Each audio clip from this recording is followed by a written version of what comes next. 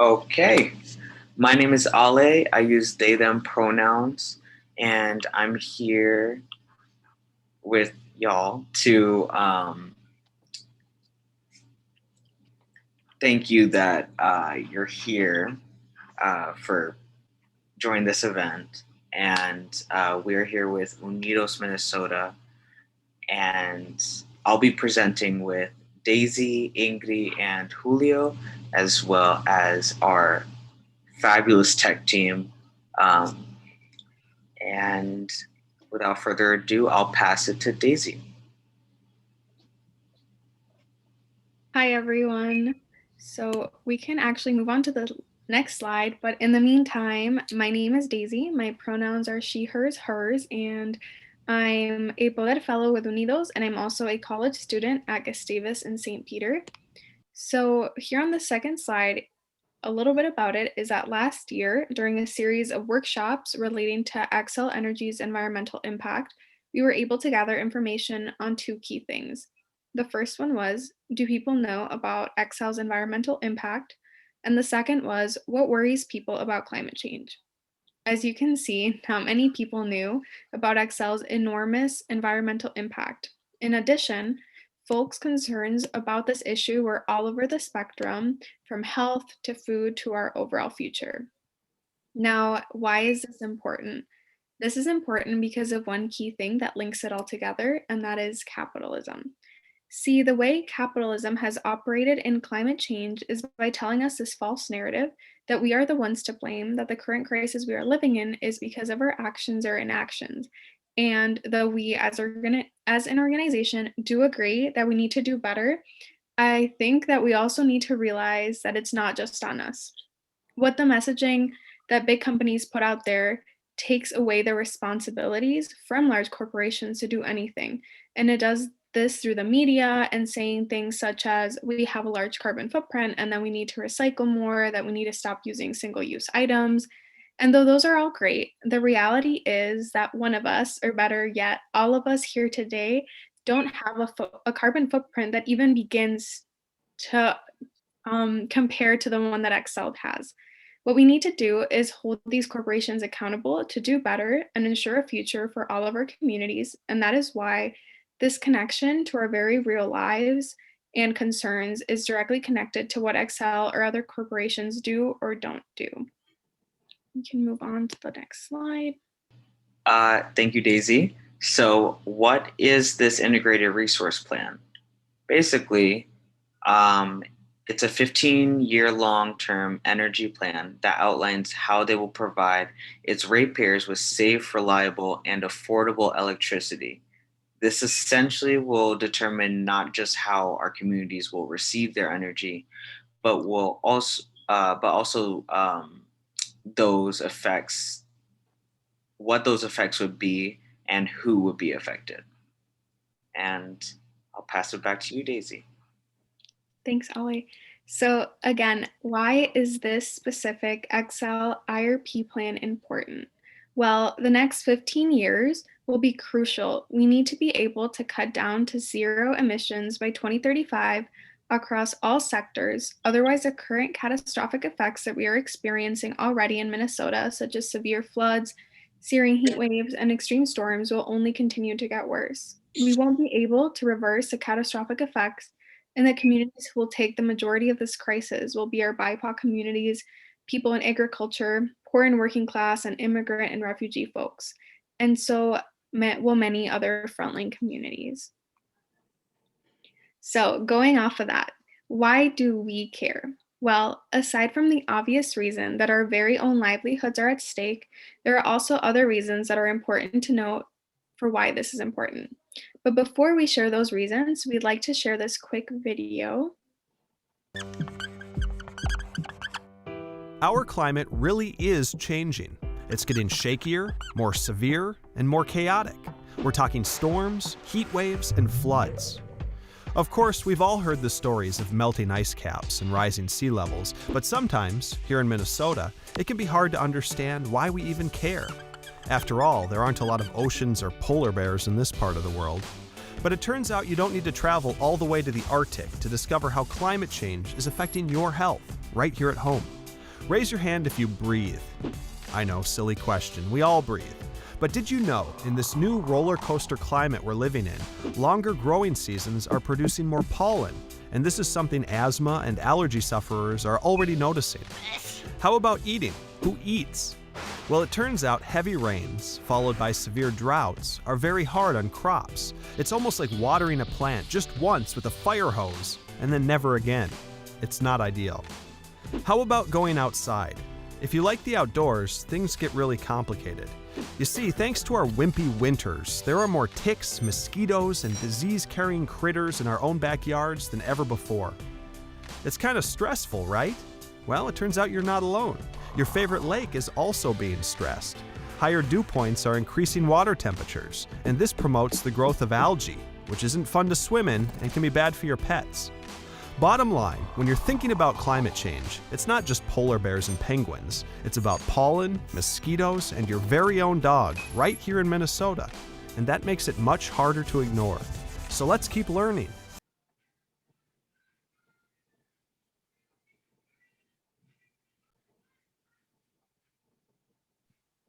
Okay, so the proposed construction of Xcel's new gas plant would exacerbate the effects of climate change. We can see a little bit of that in the video. And there is already plenty of scholarship proving that under crises, differences become more apparent. In context, the disproportionate ways in which BIPOC folks are affected by climate change will come to the forefront. We're going to be able to see big changes in our ecosystem, such as the average temperature as the average temperature in Minnesota continues to rise. Plant and animal life will also undergo changes. The timing of other natural processes is altered, and the necessary conditions for plant life also will become absent. We'll also see some changes in agriculture as the amount of scorching hot days increases and the production of corn is especially at risk. And we'll also see some direct links to air pollution and health of people here in Minnesota. Go to the next slide.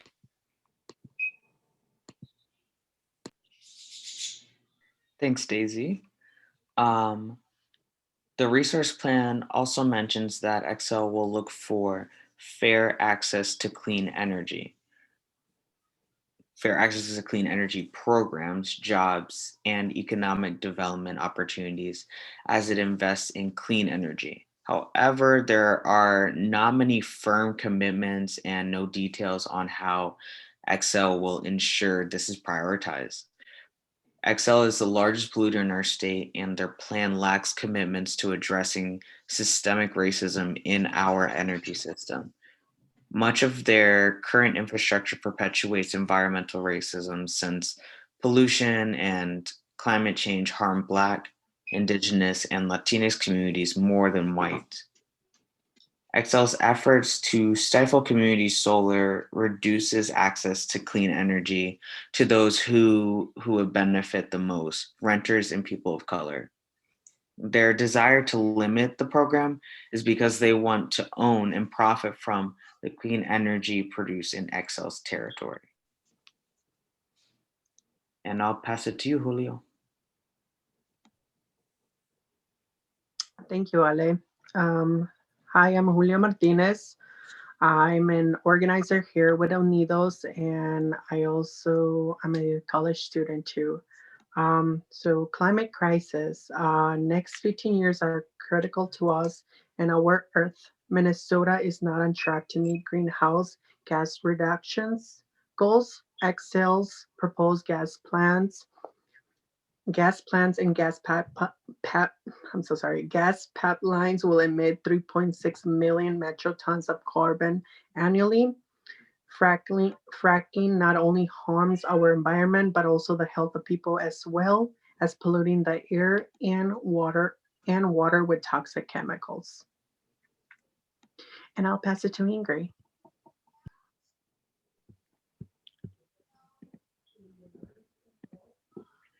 Xcel's proposed fossil gas plant is based for the climate and bad for customers.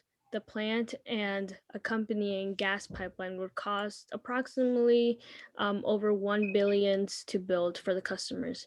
And the likelihood Xcel shuts the plant down early to avoid more pollution, customers would still pay for the full cost of building the facility. Analysis done by Sierra Club shows customers would save around 360 million if clean energy was built instead. The other thing is that the solar energy production has boomed since 2013, when there was almost no solar in Minnesota, to today where over 700 MW are being produced by community and rooftop solars in Xcel's Minnesota territory. Community solar is an important tool in making solar accessible for renters and Black, Indigenous, and Latinx communities. Xcel is proposing only 300 MW of community and rooftop solar to be added by 2035, when in 2018 alone, only 200 MW were built in Minnesota. Xcel must reflect the true growth potential of community and rooftop solar in their plan. And I'll pass it back to Julio. Thank you, Ingrid. Reactions, how do you feel about all of this and what stands out for you? I mean, if anyone wants to say something, you guys can unmute yourself. Like I said before, any reactions? How do you feel about all of this and what stands out to you guys? You can also put a comment in the chat box if it's available to you. My name is Luis. I'm Daisy's brother. So I find it interesting how only it said 3, 4, and 20 people knew about the Xcel energy plan. I didn't know about it, and Daisy's part of Unidos, and she's always involved in this. I didn't know about it, but now that I'm hearing about it, I think it's something that really does need to be outlined, because renewable energy is something that the world needs to work on to save our planet. And adding only 200 MWs from now to 2035 is almost nothing compared to the 200 they made in 2018 alone. And with the technology that we are making throughout the world and in the next couple of years, we should be doubling or even tripling that from here to 2035. Hey folks, Jose here. As I'm looking at the Xcel IRP, I'm shocked, but also not surprised that there isn't like a clear commitment to our community in terms of outreach, in terms of like fully addressing environmental racism. When I've been talking to community members, there's a lot of folks that don't know that they qualify for some of the energy efficiency programs that Xcel has. And I think it's that there's a reason for that. I feel that it's in the best interest for Xcel to not share any of those programs, because they don't make as much money from solar on rooftops than they do from gas plants. And so I think that's kind of their strategy.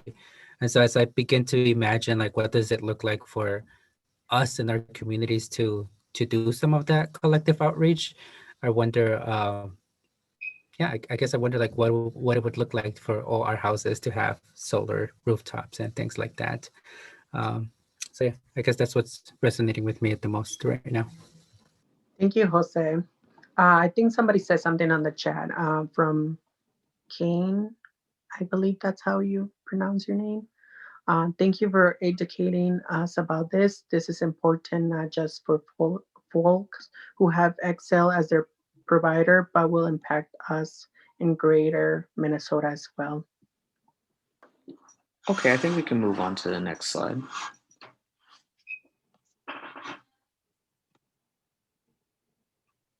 So the question is what you can, or what, not the question, but like for you to think is what you can do to help with this proposal that we have is you can submit a comment just using this link that we have, and invite three other people to also submit the comment. you can submit a comment or video in your own language, however you feel most comfortable with. And you can join us by being part of this movement with us. Also, if you can also, so there's many ways to submit your comments, which can be by mail. You can write a letter and make sure to include your name and the docket number. Or you can, submit it online directly to the Minnesota Public Utility Commission. And you can submit a video comment, sending it through email or through the organization as well. I'll pass it back to Julio or Jose. Yeah, so as folks can see real quickly before we do some other things, as you can see, Irving is showing the website on like a quick splash page essentially on how to submit those comments that Ingrid was saying. Like we try to put everything together in one single space to kind of make it easier for everyone.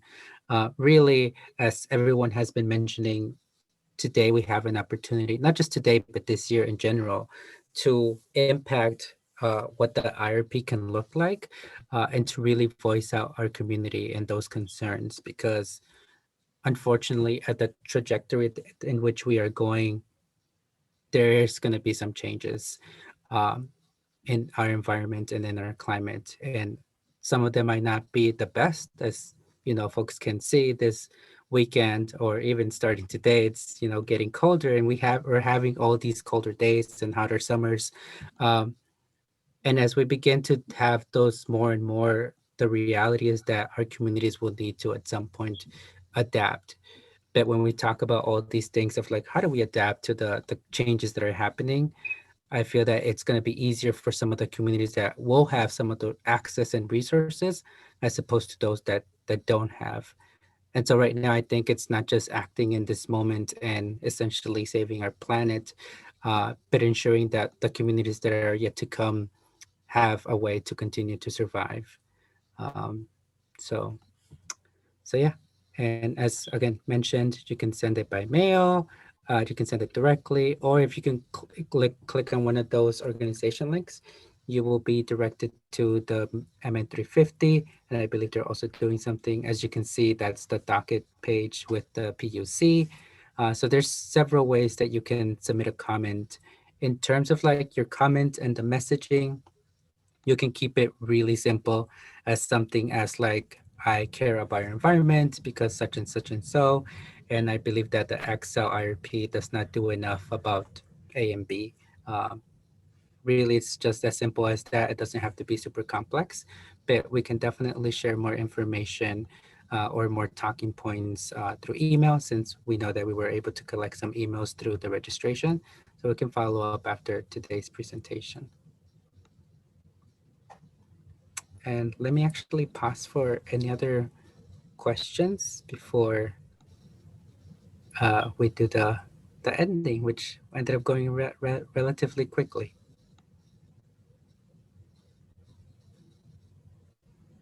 I believe somebody commented something on the group chat, so I don't know if you want to read that, Jose. Oh, yes, I see Alice. How to submit comments. Thanks, Ale. And then Lee about the question regarding the unrealistic low estimates about distributed and community solar. Lee, would you want to add a bit more context to that, maybe? Oh yeah, this was an event where one of the lobbyists from Xcel did a presentation about this 15-year plan. It was about a year and a half ago, and I saw this graph that said 154 megawatts of community solar in 2020, and then it all of a sudden went down to 22 in 2021, and I was wondering or why this huge drop off. And then at another event, they explained it as market forces. And but this one, he said things that were true and didn't really acknowledge the basis of my question. And that's because Xcel does a lot of marketing that to try to give their an image of a green utility, and it didn't want to tell the and it's just a little something to show how they won't really directly disagree with you in public, but won't really tell you the truth that they revealed here. And it's that they are doing a good amount of solar in their plan, but it's solar that they could own and make a profit off of, while the solar that they're estimating is not. So that's Right. Yes, that's true. They do have a good PR department. yeah, and so not a lot of people know the real narrative. That, yeah, thanks for sharing at the beginning, and I'd be interested to know about the poll, how the polling was done, and yeah, we could meet. We'll Yeah. probably catch up tomorrow. Right. Mhm. Do folks have any other thoughts, questions?